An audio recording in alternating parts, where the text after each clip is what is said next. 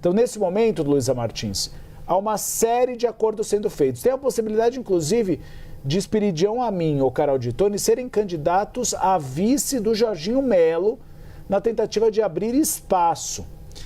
E é uma grande preocupação de Valdemar Costa Neto, Luísa, porque a articulação da direita, na visão dele, está prejudicada. Sem poder conversar com o presidente Jair Bolsonaro, ficam muitas pontas soltas, porque Valdemar toma uma decisão, é questionado, e ele precisa do aval de Bolsonaro para levar adiante essas decisões.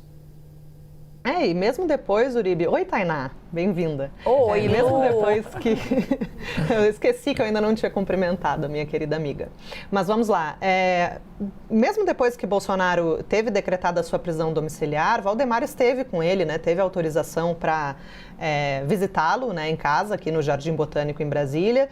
E essa interlocução era fundamental para ir preparando o terreno para 2026 e ver como que a direita vai se articular, quais são os planos da direita, principalmente na disputa presidencial, né? Afinal de contas, além de todo o processo da trama golpista pelo qual Bolsonaro foi condenado a 27 anos e 3 meses de prisão, existem, né, 2 ações que declararam ali pelo Tribunal Superior Eleitoral a inelegibilidade do ex-presidente. Então, de qualquer maneira, ele não poderia, até haver eventualmente uma revisão, o que não está no radar, mas ele não poderia de qualquer forma disputar como candidato a presidente da República em 2026. E a gente já trouxe aqui muitas vezes, vocês principalmente, Tainá e Uribe, que o substituto, né, de Bolsonaro tem que ter o aval do ex-presidente, né? E o próprio presidente do PL vinha falando isso muitas vezes, que qualquer articulação, qualquer definição sobre o substituto, se vai ser Caiado, se vai ser Tarcísio, se vai ser Ratinho Júnior,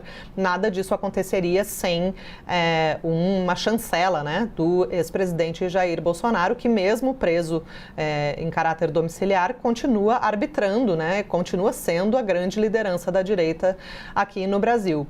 Com a decisão da semana passada, em que o STF, ou desta semana, já até me perdi, mas recentemente o STF decidiu reabrir a investigação da trama golpista contra o presidente do PL, Valdemar Costa Neto.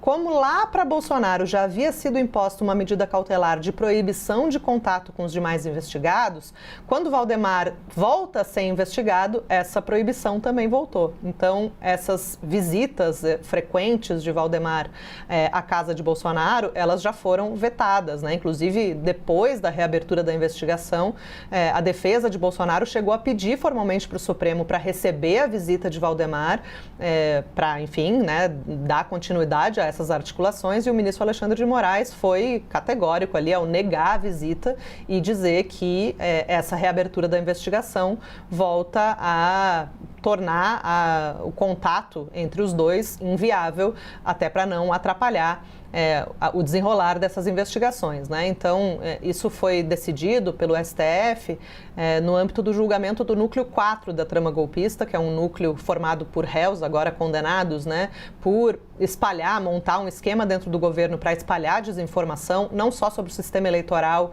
mas também criar fake news sobre pessoas que eram consideradas desafetos do governo, e isso viralizado, né, esses conteúdos falsos podiam ser viralizados a partir de influenciadores de direita que faziam parte, né, tinham algum tipo de vínculo com o chamado Gabinete do Ódio, que, segundo a investigação, funcionava ali como um anexo do Palácio do Planalto durante o governo Bolsonaro. Valdemar vai ser investigado porque, ao longo desse processo, os ministros entenderam que há provas ali, há elementos que indicam a participação dele de alguma maneira nesse grupo, né, da desinformação, e aí com isso os dois voltam a ficar proibidos de fazer contato, e isso inevitavelmente acaba atrapalhando bastante as articulações para a direita em 2026.